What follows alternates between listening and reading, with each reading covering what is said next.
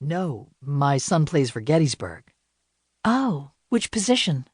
Third base. The first thing that came into his mind. Oh, Matt Gallagher? Her smile brightened. You're Matt Gallagher's dad? He nodded, uneasy and infinitely annoyed with himself for being so careless, so stupid. What had he been thinking?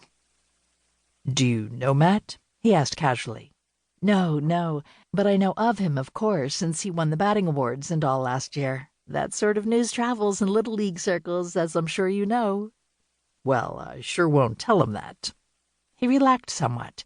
After all, no harm, no foul, but reminded himself that such slips were worse than foolish. Loose lips and all that. We don't want his head swelling more than it already is. She thanked him again, and he returned to his place on the opposite side of the field, his heart beating wildly.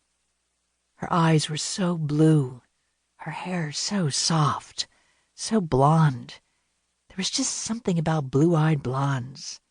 And her neck was so graceful and lovely, rising above the open collar of her blue and white striped shirt. Up close, she was everything he'd hoped she'd be. He could barely wait to see her again. She'd serve his purpose quite nicely. Of course, it would be a shame. She'd been friendly and courteous to him. He almost liked her. But he could not, must not lose sight of his agenda, of the role she was to play. And that was, in the end, the important thing, he reminded himself. His agenda. He glanced at his watch. Time to go. She wasn't the only fish in this week's sea. There were others to see, others to get to know a little better before his campaign got underway. He resisted the urge to walk past her again as he left the field. He could not risk further contact. At least, not until Tuesday. On Tuesday, pretty blue-eyed blonde Kathleen Garvey, mother of Tim and Eddie, would be all his. The trap would be baited, and the game could begin. Chapter 1. The old man took 2 steps back, then 2 more, until he was close to the middle of the 1-lane dirt road.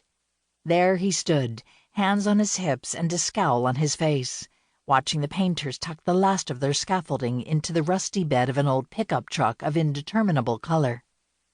The only vehicle in a 20-mile radius that might have been older than the painters was his own. "So what do you think?"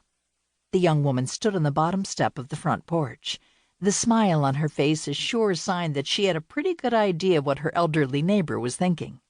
"Your grandfather would be spinning in his grave right at this very minute. That's what I think." He wagged a gnarled finger at her. "Old Jonathan be spinning out of control right down there where we laid him. Surely he is now." "Now, Mr. Webb."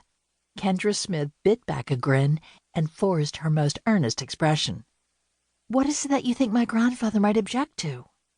"Well, since you ask, let's start right there with that purple door."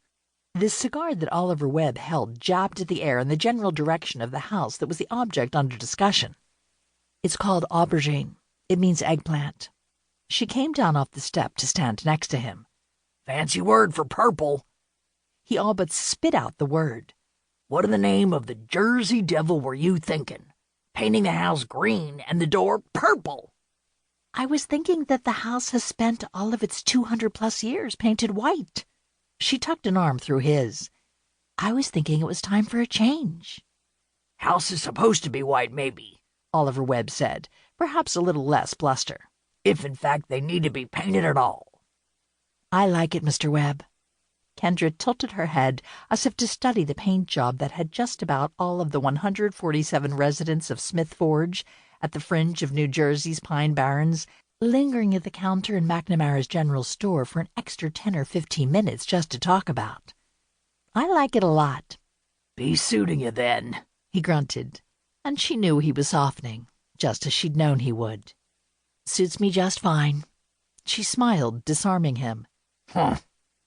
Mr. Webb took a puff or 2 on his cigar. "Well, anyone come looking for you. You won't be hard to find, that's for sure." He knocked the ash off his cigar and climbed into the cab of his 1976 Chevy pickup. The passenger door no longer opened, and the flatbed was riddled with cancer. But it ran, and as far as 78 years